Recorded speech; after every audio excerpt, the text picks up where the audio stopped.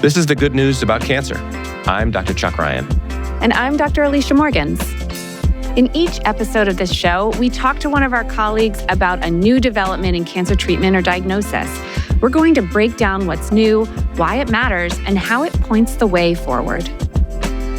When we look at what's happened between 1991 and now, it's more than 4 million lives saved from cancer because we are changing the course of disease and we're able to actually convert scientific findings into better prevention, detection, and cure.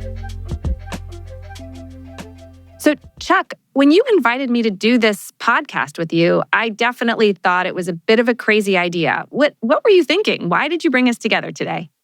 Well, I'm a big fan of noting that society is making a lot of progress on a lot of fronts. We have a lot of problems. You turn on the news, you hear bad news about the climate, you hear bad news about politics, you hear bad news about a lot of different things. But in reality, when you take the long view and you look over not the last 15 minutes, but the last 15 years, 15 decades, 1,500 years, you realize that humanity is making a tremendous amount of progress on a lot of different areas. Still a lot of work to do, but I think we don't speak enough about areas of progress. The other thing is that when somebody's diagnosed with cancer, their mind always goes to the worst possible scenario. Cancer occupies a special place in the human psyche. And that's because for forever, it wasn't treatable. People would get cancer, they would die. And that's not true anymore. Now we detect cancer at an earlier phase. We have many treatments that are not only effective in eradicating the cancer, but controlling it for long periods of time, and many treatments that are tolerated for a long period of time. And that's only going to get better. So I was thinking about these two facts, and I thought, my bully pulpit, if you will, as a cancer researcher and an academic who's been studying cancer for 25 years, is to say, well, let's pull out the positive outlooks. Let's pull out the positive news and just talk about it and what it means. Let's not do it in an unrealistic way. Let's not say everything is rosy and we've, mission accomplished. But let's say mission is making progress. I think that as cancer researchers, as doctors who take care of people who have cancer, we have seen so many different sides of things. And one of the important things that I love to share with patients and with those who are struggling is that there are a million wins every day around the world when it comes to cancer. And we are making progress in so many ways against so many different types of cancer. So I think that there's just a lot for us to look forward to, and certainly a lot for us to do as we take care of people each day, or people are in their own journeys with cancer, whether they're a patient or someone who loves someone with cancer. There's a lot to think about and a lot to be hopeful for. Great. Alicia, this is our first episode. And I thought it would be great to start by getting an overview of where we are with the state of cancer in the US and globally now. Really to start with some data, some statistics. And every year, the American Cancer Society publishes cancer statistics. And that's where people get their data from on what cancers are increasing and decreasing, et cetera, et cetera. So I thought we'd start there. I think that sounds great. But, stats can be really intimidating for people. And so I think one of the best ways to do it is to bring in Karen Knudsen. She's the CEO of the American Cancer Society, certainly a good friend of ours. And she is the best person, I think, to tell us about where we've been in cancer, where we are, and where we hope to go. Yeah, and on top of that, she's an outstanding communicator. And before she was CEO of the American Cancer Society, she ran a hospital system. She ran a cancer center in Philadelphia. And even before that, she was a world-renowned researcher on prostate cancer. So we've known her for a long time. Nobody better to start out with. So let's hear our conversation with Karen. Let's do it.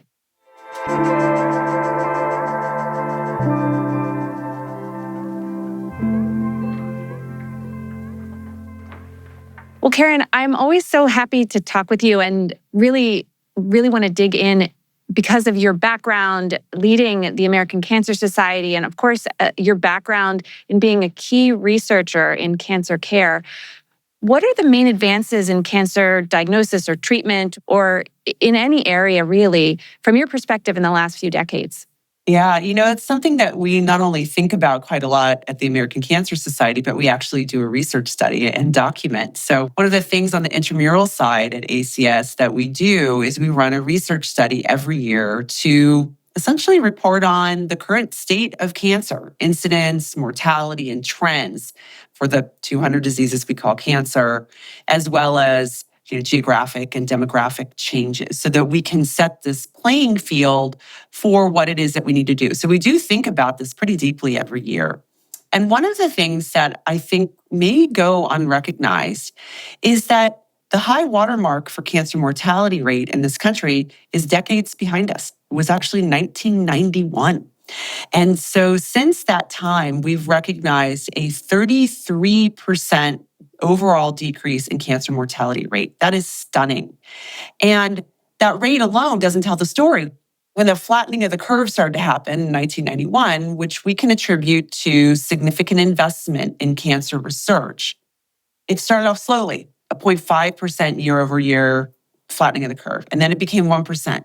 And then 2 years ago, we actually hit the 2% mark. So we're speeding up progress by this measure. And when we look at what's happened between 1991 and now, it's more than 4 million lives saved from cancer because we are changing the course of disease and we're able to actually convert scientific findings into better prevention, detection, and cure.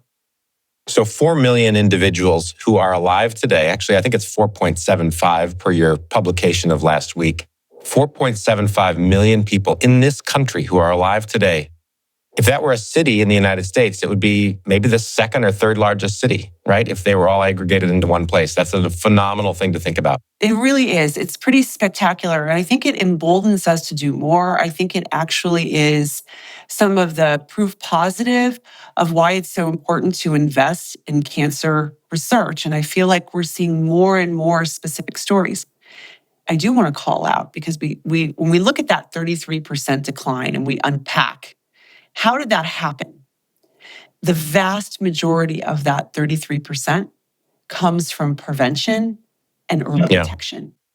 I wonder, when you think about those cancers that have had the most benefit, are there any examples that come to mind, whether it's prevention, whether it's something else that you want to just call our attention to, because we're really excited to hear about these kinds of things? Absolutely. So let's talk about some of those. And I think one of the ones that we have to discuss are advances in lung cancer. And I want to unpack that in a couple of different ways. So unfortunately, lung cancer in the United States still is the number one leading cause of cancer death for both men and women. So we cannot ignore the fact that it is still a major problem. However, we're making some gains, and those gains are coming in multiple forms. One, of course, is prevention. So smoking cessation is something that is happening in the United States. It's happening differently in different parts of the United States, but it is happening. And so we're starting to see a reduction in lung cancer associated with that. And of course, there are other tobacco-related cancers that we will expect to follow suit. Bladder cancer, pancreatic cancer, things that we know are strongly associated with smoking.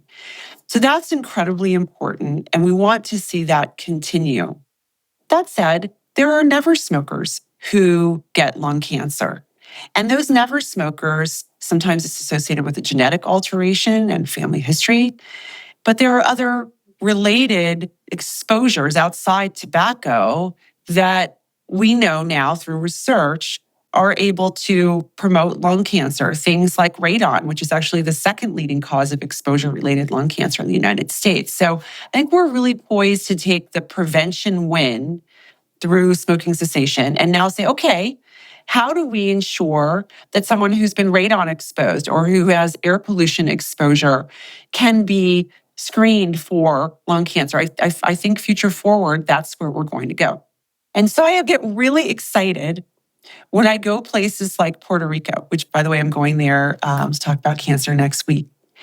Puerto Rico, I'm pretty excited about because they are the only place, to my knowledge, in the country where lung cancer is no longer the number one leading cause of cancer death. The first time I saw the data, I almost fell out of my chair. And how did it happen? It happened through prevention and public policy. So in Puerto Rico, it's expensive to buy cigarettes. That's part one. Part two, It's the case that you can't smoke anywhere really but your own home. Policies made it so that you can't smoke, of course, at work, but you also can't smoke on the street. You can't smoke on the beach. And so if you ever really wanted to know, what does smoking cessation do for you? The experiment's been done and it's called Puerto Rico. So it's pretty darn exciting and to see. And I think, they're really a first. So lung is one where I said we've won across the cancer continuum. That is so impressive. And I feel like we're going to have a conversation even after this podcast so I can learn all of the things that you have done within the ACS to really advance things and give us so many things to say. These are good news things and things that we should really celebrate. You've also had a career, even before this, as an innovator and a scientist, and you will always be that. And we'll see how you continue that going forward too. And you've really elevated science as a priority at the ACS. So can you tell us a little bit about scientific investigation? What is the good news there? So, cancer does touch almost every family. So right now in the United States, 1 in 2 men, 1 in 3 women over their lifetime will get a cancer diagnosis. But as we talked about, I fully expect that cancer research, which is clearly saving lives from cancer, right, is going to help us either eradicate or make cancers a more manageable disease. In order to make that happen, though, we have to continue to invest in science. I think we're better poised now than ever to do that. It feels to me, and this had a lot to do with my decision to go into the private sector, is that we're in this golden age of innovation in science writ large, but that oncology is particularly poised to take advantage of new technologies because we have had successes even before AI came. We were converting scientific knowledge into better outcomes. But now we are able to be assisted by these new technologies that are coming in the form of artificial intelligence and other. That not only will help us in the laboratory develop and test new ideas for prevention, detection, and cure, but it also will help us learn from every patient. Let's just take a rare disease, something like small bowel cancer, which I know the 3 of us really care a lot about because it's touched the people close to the 3 of us. Or uveal melanoma, right? Really difficult cancer diagnosis, a melanoma of the eye that's rare. How do you get the information for patients who have these rare cancers to understand what works, what doesn't, what the risk factors might have been? This is where I see things like artificial intelligence really helping us do what we always wanted to do, learn from every patient. That's going to go from a very manual process to a process where we can protect the identity of the patient, but at the same time learn about these cancers and understand how to take that knowledge from the rare cancers and move it forward, taking the manual away from us and allow us to move faster. In the cancers that aren't rare, the prostate cancer and breast cancer, okay, they're not rare, but why is it then that they're so high? Well, we have an opportunity to think about, for example, a super responder of a new therapeutic that's given for someone with prostate cancer. Why did, of a trial of 1,000 people, these 10 people respond so well? What is it about them? And so taking the manual away from that and laying in innovation is where I think we're going future forward. And you actually see it being borne out at the level of healthcare delivery, part of my world, and science, part of my world, where integration of data specialists and data scientists are becoming enriched at the level of the laboratory, at the level of the entire cancer center, and at the level of the health system. It's a new day. So you've touched on really the triad or the Venn diagram of success. It's cultural change, it's science, and it's policy. Cultural change around smoking took place over decades. Mayor Bloomberg in New York banned smoking in public restaurants and bars. And I remember that was a huge deal when it happened. And now it would just seem so odd to walk into a restaurant and have somebody smoking there. And there, the policy led to the cultural change. What do you see as the pivot points, the areas where one can push on one of those 3 points and lead to changes in the other? right? So Bloomberg says no smoking in bars and restaurants in New York. And then the culture is it just would be odd to smoke in a bar or a restaurant in New York now, right? Right. I think my personal bias, modern era, is that it's easier to start with the data or the demonstration project, right? That you can show you can do it at place. Start with the science. And start with the science and then motivate people behind it. And pilot testing, I think, can really help. So, this is one of the things that I felt so passionately about. And we had a lot of policy wins in the last 4 years at ACS. But a policy not win that we had was the ban on menthol smoking. And why? So the why behind that is exceptionally strong. It's the case that menthol smoking, it's been shown, is a gateway to a lifetime of nicotine addiction.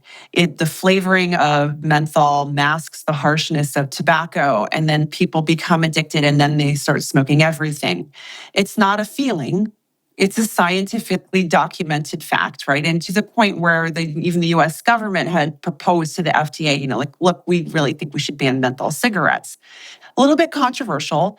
And the other thing to know is that menthol cigarettes are targeted specifically to youth and to communities of color. And so if that is eliminated, the prediction was literally that hundreds of thousands of people would benefit in the short term and even more in the long term from a menthol ban. Well, the experiment actually was done in the state of California and in the state of Massachusetts. Because the way that the ban would work, because you have to really think through, what are the implications for policy, is at the level of the distributor and the manufacturer.